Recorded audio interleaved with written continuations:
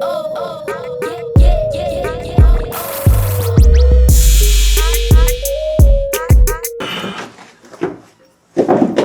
for a little bit of explanation, unibody cars are built in layers, and it's in all the structural places on the car.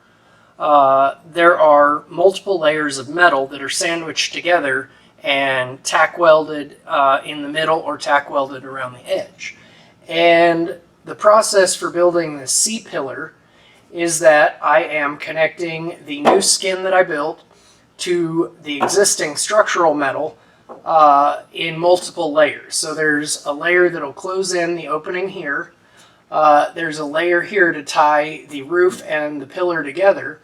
And then I will put another layer right here and another layer that'll close up the top of the window opening.